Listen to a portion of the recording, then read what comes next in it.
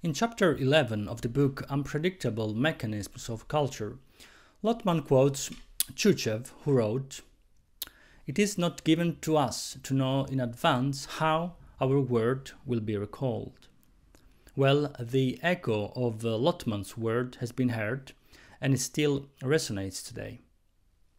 In the field of semiotics, as well as in the neighboring disciplines such as history, anthropology, literature, as well as the arts, the name of Juri Lotman is often associated with a host of different concepts. Indeed, he was a very prolific and eclectic scholar, always future-oriented and keen to bring forth conceptual and theoretical novelty, rather than a type of scholar who strives towards the systematization of his own ideas and the repetition of his intellectual achievements. There are, however, some hallmarks that became Lotman's unmistakable signature. The study of the artistic texts, the typology of cultures, semiosphere and semiotic modeling systems, translation and untranslatability between semiotic languages, predictability and unpredictability in cultural processes, explosion, to mention but a few, are some of the linchpins of Lotman's legacy. Revisiting Lotman's ideas today is not only a unique opportunity to pay tribute to such an outstanding thinker of the 21st century, but it takes on a very special meaning in the precise historical moment that the world dwells at this current time. Because humankind indeed lives and dwells in a time of tremendous uncertainty and unpredictability, unheard of up to now, rethinking Lotman's ideas today is pivotal, as is critical inquiry feedbacks onto the analysis of the present. Indeed, this current time, which is made of accelerated social, cultural and political change, as the chronicle of this year and the last year has shown to the entire world by the experience of the COVID-19 pandemic, is a good illustration of what Lotman has termed as explosion. Thus, an inquiry based on the reassessment of Lotman's ideas not only is of utmost importance, but also very topical. The purpose of my presentation is to make the case for the semiotics of the concept of emptiness, possibility, and potentiality in Lotman's late writings. My purpose here is to discuss the relation between emptiness and empty spaces, thought of as dynamic processes in culture, as well as the prerequisite for change. As a corollary to this, I shall also touch upon the concept of possibility in the frame of Lotman's works, Culture and Explosion, and the unpredictable workings of culture, as they tie well with the concept of emptiness. This said, I want to clarify from the outset the question of sources that I have employed for this research. As it is well known, translations are not the same thing as the original texts themselves. As Umberto Eco would say, a translation is not a direct source. It is instead a prosthesis like dentures or a pair of glasses. I am thus very much aware of the philological limits of my own research. In my case, I could resort to and compare two different translations in two languages, English and Italian, and therefore my point of view is rather a limited one.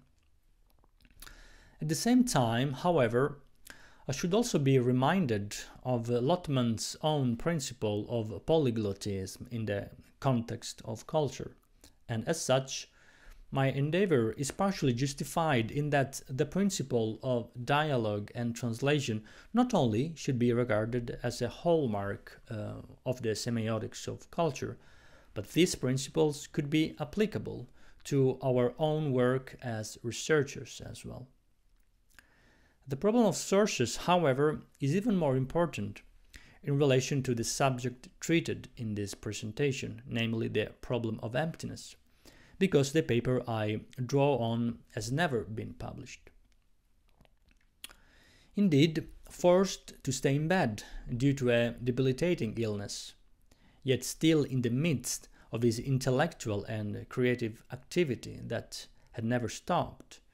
During the years from 1992 to 1993, Juri Lotman dictated to her former secretary, Dr. Tatiana Kudzovkina, a series of texts in oral form. The manuscripts were never published and remained unfinished drafts that are currently stored at the archives of the University of Tallinn and Tartu in Estonia. Among these manuscripts, there is one which is entitled Emptiness as a Fundamental Problem, which was written in August 8, 1993. The form in which the draft was written, like I said, an oral dictation, as well as the circumstances, Lotman's illness, makes the interpretation of this text rather challenging. However, it contains valuable insights, and this is why I wanted to present it to you. As one can infer from the title, in this draft, Lotman draws attention to the significance of emptiness as a pivotal problem, both for the historian of culture as well as for the semiotician. As it is well known, one of the linchpins of Lotman's semiotics of culture was his concern to explain, to make sense of how change occurs in cultural systems. In other words, Lotman devoted a great deal of time and energy in studying the dynamic processes in culture. That is to say, those processes that, whilst allow change and novelty to occur, maintain somewhat the underlying structure of the system. The problem of change and dynamism was thus pivotal for Lotman. In the aforesaid essay, Emptiness as a Fundamental Problem, Lotman articulates the thesis that in any field of knowledge, from the exact sciences to the humanities and the arts, the same possibility of dynamic creativity within the system itself is predicated upon the existence of empty spaces. Thus, one of the main arguments of the draft is the following. The existence of emptiness is the prerequisite for change and dynamism in any system and in any compartment of science, without which the system would be absolutely static, without change. In a nutshell, for Lotman, emptiness is the essential precondition that makes dynamic change possible in semiotic systems. This point is worth pondering and deserves attention. Well, we could say that the image of the importance of matter over energy is a fiction, and it is disproportionate to the importance that energy plays instead in the physical world. If we take a look at all the major Nobel laureates in physics, they somewhat agree to the point that it is void or emptiness that acts upon matter rather than the matter itself. As for instance, Carlo Rubbia pointed out, we are made of 95% of void in between the molecules that we are made of. In other words, it is energy, or more precisely the empty spaces that revolve around matter, which make possible actions, change and interaction in the world. So, since long time, quantum physics underscored that systems or structures without empty spaces actually do not exist, and therefore, without the existence of emptiness or empty spaces, there would be no interaction, no dynamic altogether. This is a general principle that is applicable to physics, to biology, but also to philosophy, mythology, science, as well as semiotics. In his draft, Lotman capitalizes on this point, and he makes the case that emptiness is key, because it is understood as a reserve of possible dynamic changes. As he pointed out, Emptiness in space and time is the essential prerequisite to the idea of dynamism. A world completely full would be static. Lotman is very sharp in tracing the idea of emptiness as the common denominator of several semiotic systems, as this idea can be found both in mythology and in science. Indeed, both mythology and science are somewhat predicated upon the idea of empty spaces or empty time. And only in virtue of this initial condition, the system can transform, the system can move, and can change. It is worth pointing out that Lotman conceives of the concept of emptiness in terms of a reserve for possible dynamic processes. And this is a prerequisite for the idea of dynamism altogether. If we pay attention, the same problem resurfaces in his article on the semiosphere, although it is tackled in different terms. However, in the article of 1984, Lotman uses the same terminology. In the semiosphere, Lotman writes that the structural unevenness of semiotic space creates reserves for dynamic processes. At the same time, the internal diversity of a semiosphere implicitly assumes its integrity. In Lotman's later draft on emptiness, the function of being a reserve for possible dynamic processes is taken on and performed by the concept of emptiness, of empty spaces. The concept of emptiness is therefore intertwined with the notion of possibility and with the notion of potentiality. Indeed, emptiness is envisaged as a reserve in the sense that it is something not yet utilized, realized, or fully expressed. Empty spaces are pockets filled with dormant possibilities.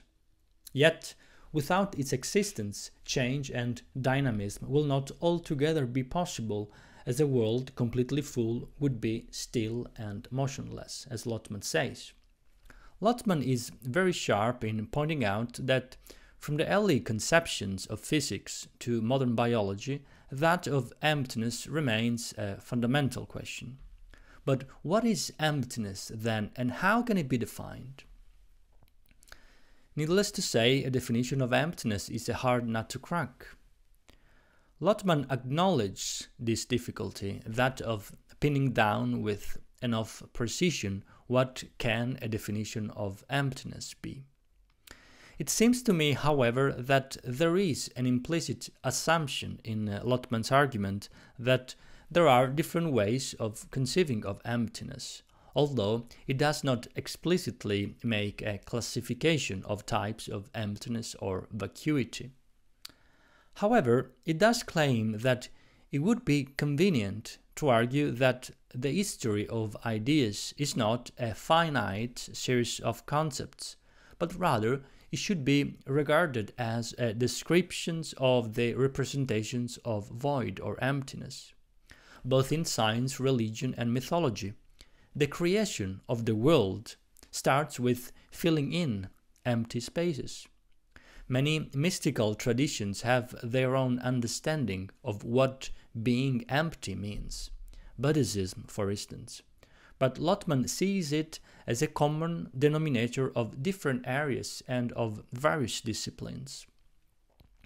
Lotman argues that both mythology and science, but also poetry and the arts, start from the idea of an empty space or an empty time that should be somewhat filled in. In a nutshell, this is the common denominator of any act of creation, of any creative dynamism.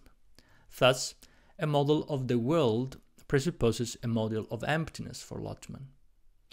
This means, as he says, that the general questions asked in science, that is, of what the world is made of, or what the world is filled in with, should be somewhat reversed.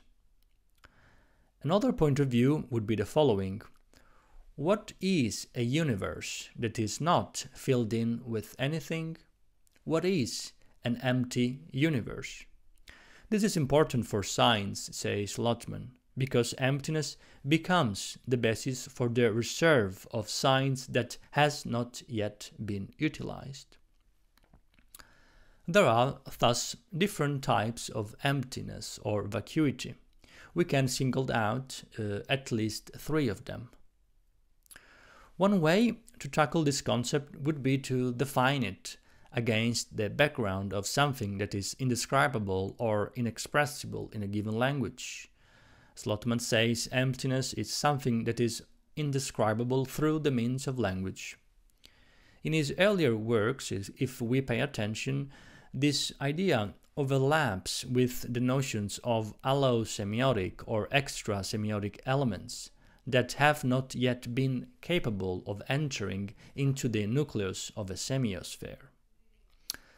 Another way to describe emptiness, a second way, would be to consider it as a result of the destructive elements that interfere in a system.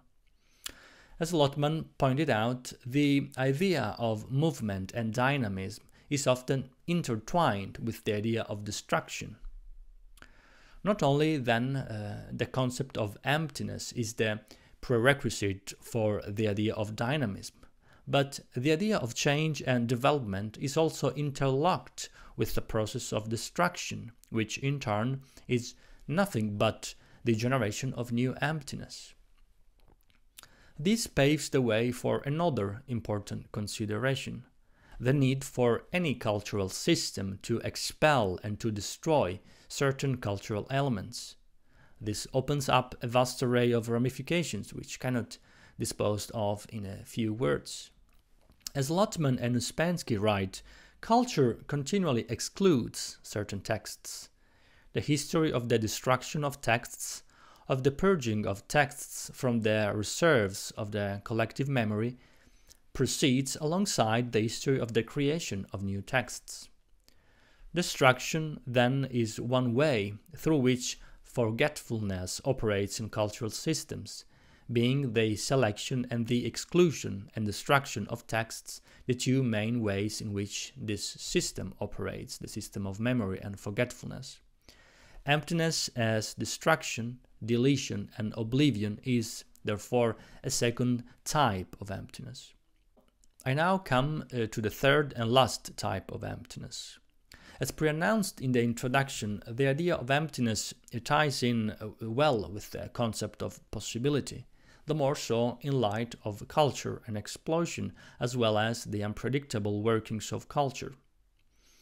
Here, Lotman conceives of the future, seen from the standpoint of the present, as a fund of possibilities, and that is why the future is, by definition, undetermined. When we consider how the course of events unfolds, we have the past, the present, and the future. However, before the future is realized, there is an array, a cluster of unrealized possibilities, as Lotman writes, that may or may not actualize, realized, or be manifested.